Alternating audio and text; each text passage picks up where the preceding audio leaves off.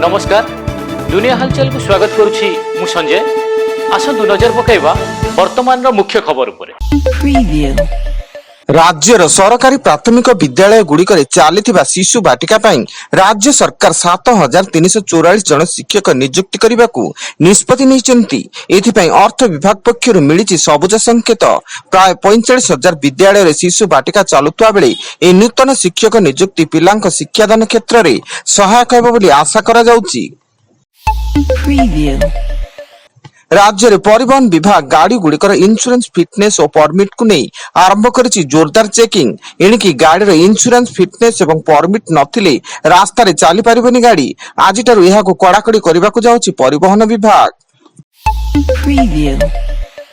कटक चाउलियागंज थाना IIC beauty Mahanti शव व्यवच्छेद report जना पड़ी जे श्वास रुद्ध हेबा कारण ब्यूटी महांती मृत्यु घटी।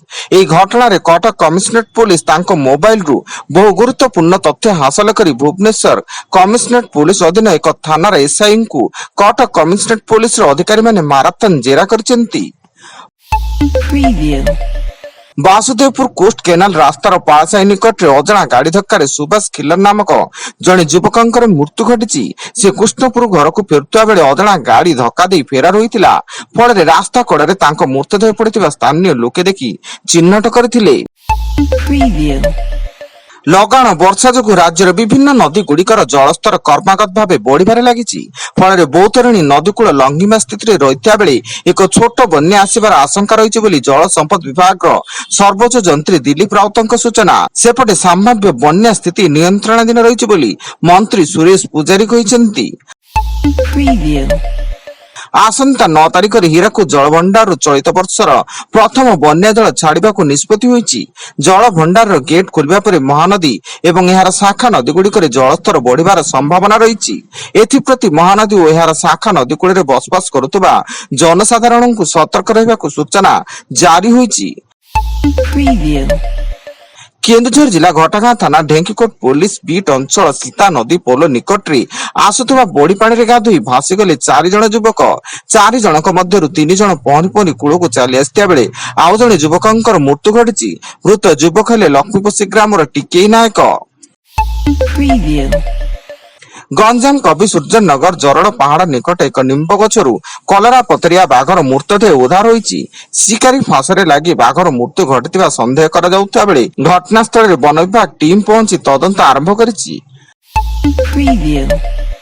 कंधमाल जिला बालीगुड़ा थाना अंतर्गत नुआसाई गायत्री कॉलोनी रे पारिवारिक कलहरु विष पी आत्महत्या कले सीआरपीएफ जवान अशोक बेहरा एवं घटनास्थल रे बालीगुड़ा पुलिस एक मामला रुजु करी घटनार तदंत आरंभ करिछि।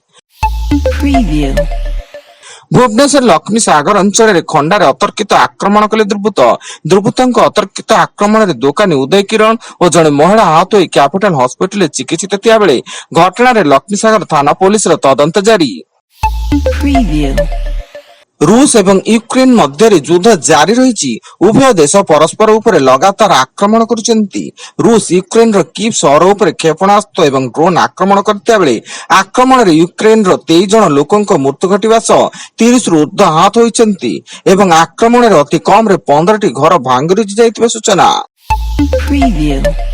वर्तमान पई एतिकी अधिक न्यूज अपडेट्स पई विजिट करंतु आम वेबसाइट www.duniyahalchal.in। धन्यवाद।